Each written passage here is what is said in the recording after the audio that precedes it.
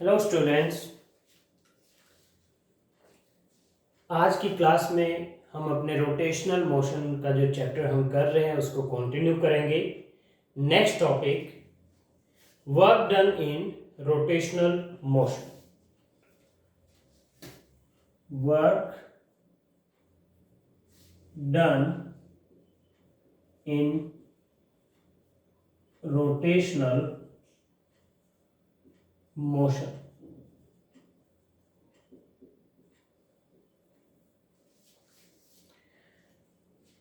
Let delta theta is angular displacement,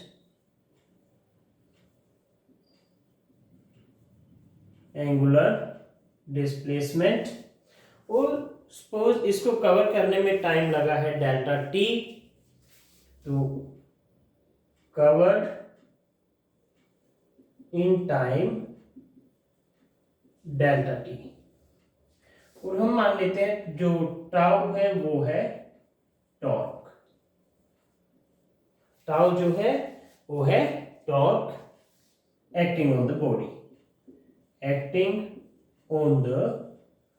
body, तो work done क्या होगा?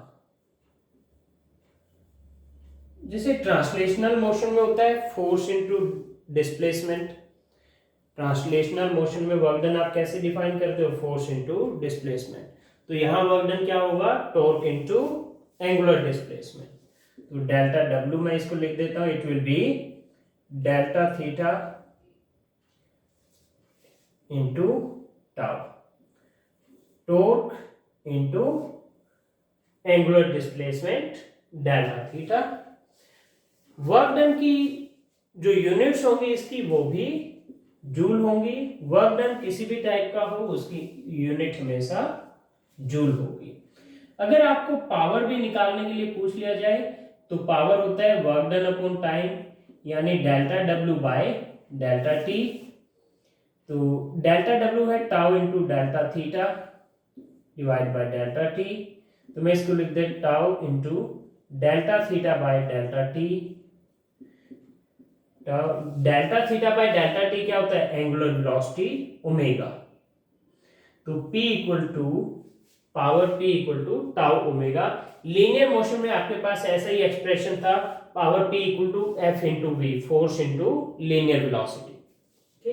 ये जो वर्क है W डेल्टा W में यहाँ पे और यहाँ पर, ये वर्क डन को रिप्रेजेंट करता है ये W, और ये ओमेगा है, ये W नहीं है ये ओमेगा है।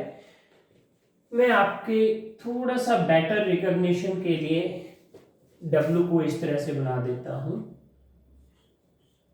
और ये ओमेगा है। तो ये वर्क डन है और ये एंगुलर वेलोसिटी है। नेक्स्ट है kinetic energy of a rolling body. Kinetic energy of a rolling body. मान लीजिए ये एक इंक्लाइंड प्लेन है आपके पास, एंगल ऑफ इंक्लिनेशन थीटा है, और इस पर ये एक बॉडी है जिसका रेडियस है r, कैपिटल R, मास है कैपिटल M, और ये रोल कर रही है इस इंक्लाइंड प्लेन पर। तो अगर ये रोल करेगी तो इस तरह से रोल करेगी, रोल करते हुए नीचे जाएगी तो एक लीनियर डिस्प्लेसमेंट भी कवर होगी। तो यानी जब बॉडी रोल करेगी तो दो तरह की मोशन होगी, एक ये रोटेशनल मोशन, और दूसरा क्योंकि ये नीचे की तरफ आ रहा है तो इसका centre of mass translational motion भी कर रहा है। तो इसकी जो टोटल काइनेटिक एनर्जी होगी वो kinetic energy of translational plus kinetic energy of rotational motion के इक्वल होगी। तो total kinetic energy equal to K stands for kinetic energy, equal to kinetic energy of translation plus kinetic energy of rotation. तो मैं total kinetic energy of translation होता है half mv square और kinetic energy of rotation होता है half I omega square. इस body का मान लीजिए मोमेंट ऑफ इनर्शिया जिस एक्सिस के अबाउट ये इस तरह से रोटेट कर रही है उसके अबाउट आई है। आई क्या है? Moment of inertia of body about its axis of rotation, जिस एक्सिस के अबाउट ये रोटेट कर रही है। Moment of inertia of body about its axis of rotation. तो ये हो जाएगा 1/2 mv² plus 1/2। Moment of inertia को I इक्वल टू mk² लिख सकता हूं मैं। यहां k है रेडियस ऑफ जाइरेशन, ये k रेडियस ऑफ जाइरेशन है, तो mk²। और आपका v equal to r omega होता है, r रेडियस लिया है हमने कैपिटल R, तो v equal to r omega, तो ओमेगा हो जाएगा आपका v बाय r, तो ओमेगा स्क्वायर होगा v square by r square.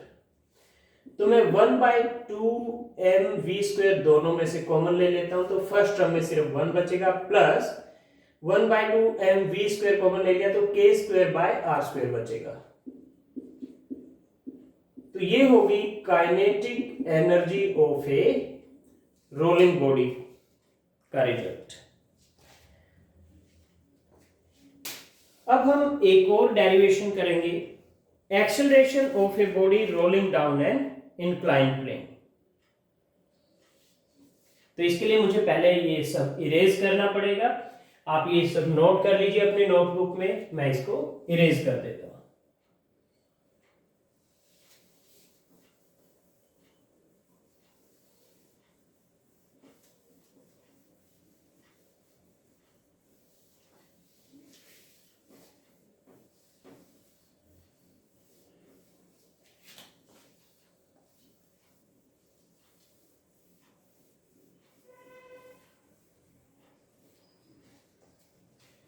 अगर आप साथ के साथ नोट नहीं कर पा रहे हैं तो आप वीडियो को पॉज कर लीजिए और जो स्क्रीन पे आ रहा है उसको आप नोट करते जाइए। तो नेक्स्ट टॉपिक शुरू करते हैं, acceleration of a body rolling down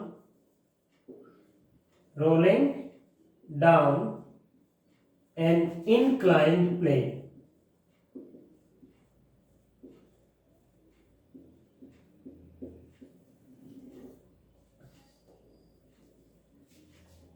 मान लीजिए ये इंक्लाइंड प्लेन है और ये एक बॉडी है ऑफ मास m।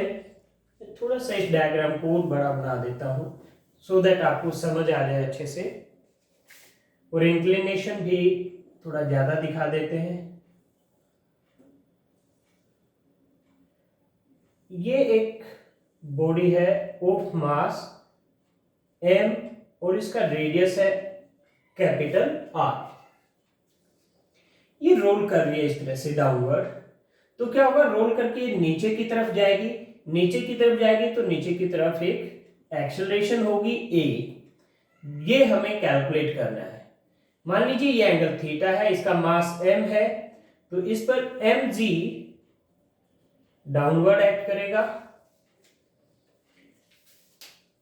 तो ये जो फोर्स होगा इधर, ये एंगल आपका थीटा बनेगा, तो ये mg cos थीटा बन जाएगा इधर कंपोनेंट का, फोर्स का कंपोनेंट, क्योंकि वेट भी एक फोर्स होता है, और इधर बनेगा mg sin थीटा। और जब ये रोटेट करेगी तो एक फ्रिक्शनल फोर्स लगेगा अलोंग दिस सरफेस, जो कि opposite to direction of motion होगा। तो इस डायरेक्शन में अलोंग दिस सरफेस, यानी ये फोर्स जो फ्रिक्शनल फोर्स होगा ये tangent to the surface of the body होगा। ये बॉडी कुछ भी हो सकती है, कोई hollow cylinder, solid cylinder, spherical shell, solid sphere, कुछ भी हो सकती है ये बॉडी। और इसके अपोजिट में इधर नॉर्मल फोर्स m लगेगा। तो m है मास ऑफ बॉडी,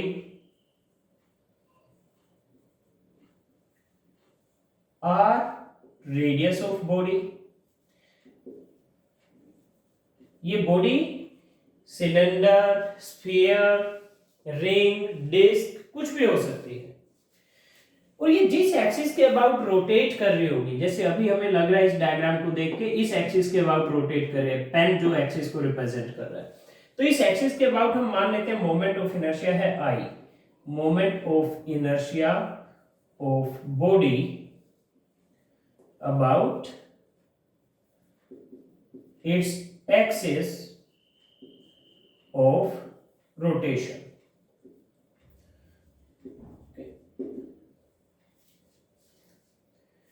तो हम न्यूटन सेकंड लॉ से इसकी इक्वेशन लिखते हैं F equal to m a, net force in the direction of acceleration equal to m a. तो एक्सेलरेशन है इस तरफ, ये रही एक्सेलरेशन है, तो इस तरफ फोर्स है m g sine theta, m g sine theta, और इसके अपोजिट इधर है F and it is equal to ma. Net force in the direction of acceleration, in the direction of acceleration mg sin theta है, opposite f है, तो उसको मैंने इसलिए माइनस ले लिया क्योंकि वो एक्सेलरेशन के अपोजिट डायरेक्शन में है। तो net force equal to ma, आपने चैप्टर जो लॉज ऑफ मोशन का चैप्टर था उसमें भी इस तरह से इक्वेशन लिखी। इसमें ये f क्या है, ये है फ्रिक्शनल फोर्स, फ्रिक्शनल फोर्स, और ये tangent to the surface act करता है। अब आपको पता है कि जो मान लीजिए कोई बॉडी है, इसमें जो रोटेशन होगा वो किस वजह से होगा, टॉर्क किस वजह से लेगा, जो टेंजेंट में लगेगा फोर्स, जो टेंजेंशियल फोर्स होगा वही टॉर्क प्रोड्यूस करेगा। अब इसमें टेंजेंशियल फोर्स क्या है, फ्रिक्शनल फोर्स, जो टॉर्क हो जाएगा वो क्या हो जाएगा, इसका मतलब R radius of body into tangential force which is frictional force। mg sin theta tangential नहीं है, वो इस तरफ एक्ट करता है लेकिन इस सरफेस पे एक्ट नहीं कर रहा है, इस सरफेस पर सिर्फ फ्रिक्शनल फोर्स एक्ट कर रहा है। तो इसलिए torque is R into F, और ये एंगल इनके बीच में 90 डिग्री है तो sin 91 होता है।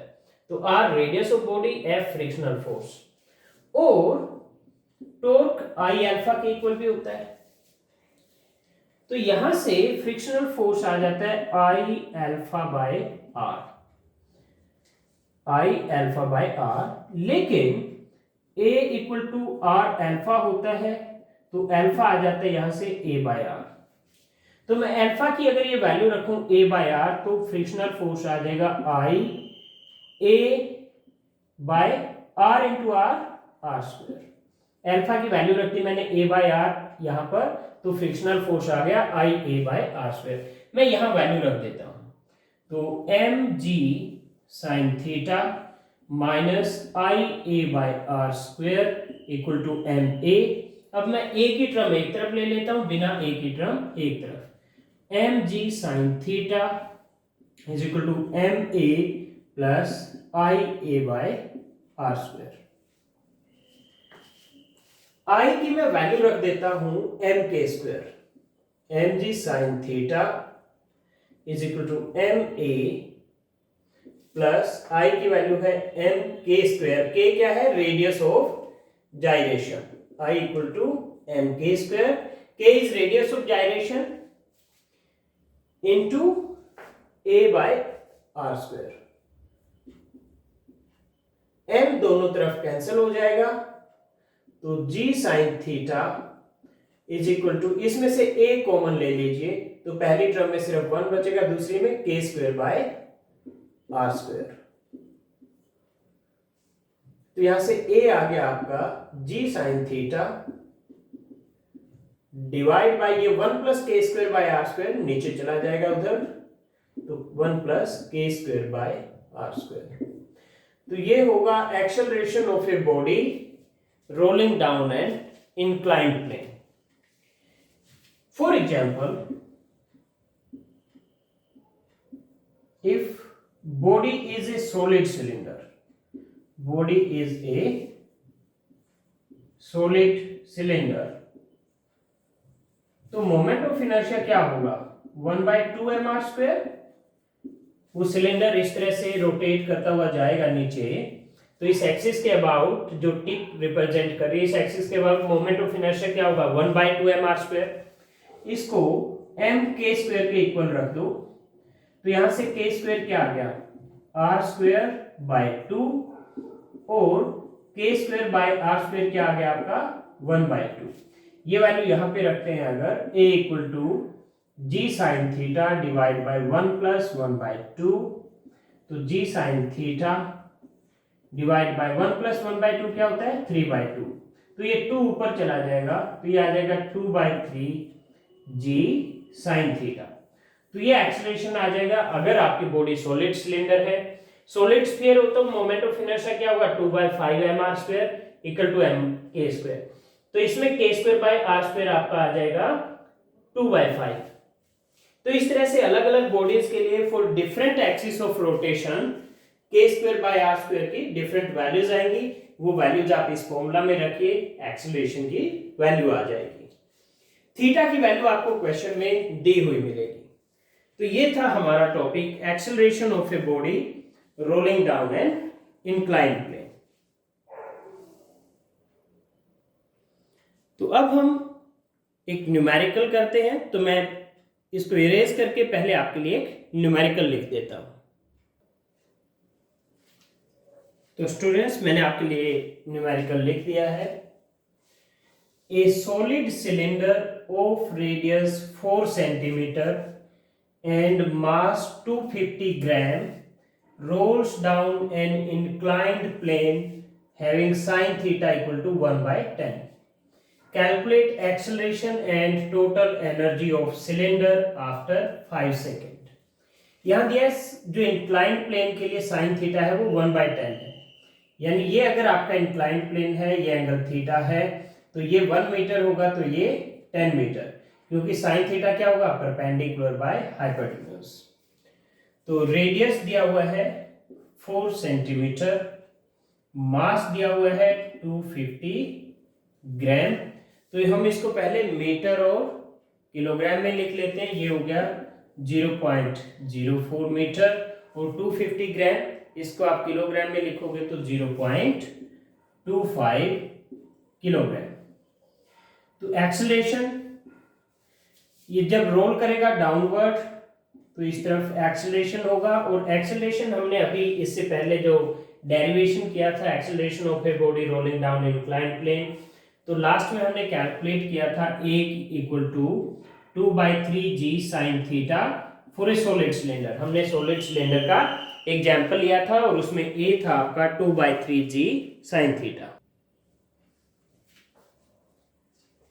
तो हमारे पास acceleration of a body rolling down inclined plane का फॉर्मूला था a equal to g sin theta by 1 + k²/r²। और सॉलिड सिलेंडर के लिए about its axis moment of inertia होता है 1/2 mr², 1/2 mr²। ये मोमेंट ऑफ इनर्शिया होगा, इसको m k² रखो, तो यहां से k²/r² क्या आएगा 1/2 m, क्योंकि कैंसिल हो जाएगा। तो जब आप यहाँ 1/2 रखते हो तो 1 + 1/2 is 3/2 g sin theta divide bye 3/2, तो वो 2 ऊपर चला जाएगा, तो 2/3 g sin थीटा ये आपका एक्सेलरेशन हो जाता है। तो अब हम इसमें वैल्यूज रख देते हैं। तो a की वैल्यू आ जाएगी 2/3, g की वैल्यू 9.8 और sin थीटा इज 1/10। तो इसको आप सॉल्व करेंगे, ये आपका आएगा 0.653 मीटर पर सेकेंड स्क्वायर। 0.653 मीटर पर सेकेंड स्क्वायर। फिर आपको कैलकुलेट करना है टोटल एनर्जी। टोटल एनर्जी में kinetic energy of translational motion plus kinetic energy of rotational motion. तो उसमें आपको kinetic energy of translation half mv² होता है, तो पहले v निकालना पड़ेगा, क्या होगा। तो हम v की वैल्यू कैलकुलेट करते हैं तो एक आपका आंसर ये आ गया। फिर v निकालेंगे u plus A T, it will start from rest, तो u की वैल्यू 0, a की वैल्यू है 0.653 एंड t की वैल्यू 5 सेकेंड दी हुई है 0.653 इंटू 5, तो ये आ जाएगी v की वैल्यू, और इसको आप मल्टीप्लाई करोगे तो ये आपका आ जाता है 3.26 मीटर पर सेकेंड। तो अब टोटल एनर्जी हम निकालते हैं।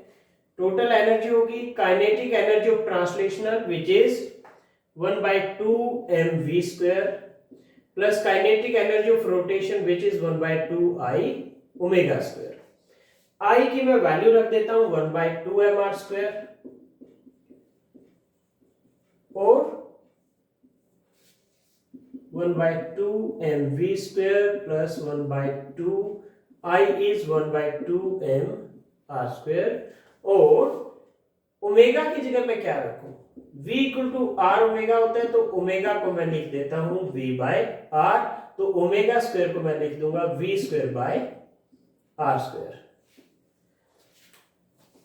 तो ये हो गया 1/2 mv² प्लस 1/2 इंटू 1/2 1/4, r² से r² कैंसल, mv², तो 1/2 mv² प्लस 1/4 mv², ये आ गया आपका 3/4 mv²।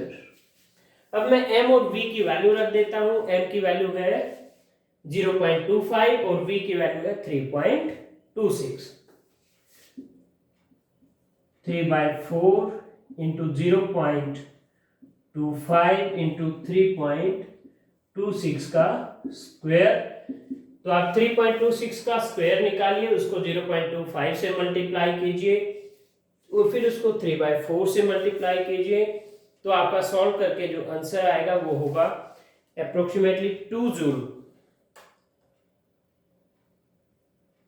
3.26 इंटू 3.26 आप स्क्वायर निकालिए और फिर उस स्क्वायर को आप मल्टीप्लाई कर दीजिए 0.25 से,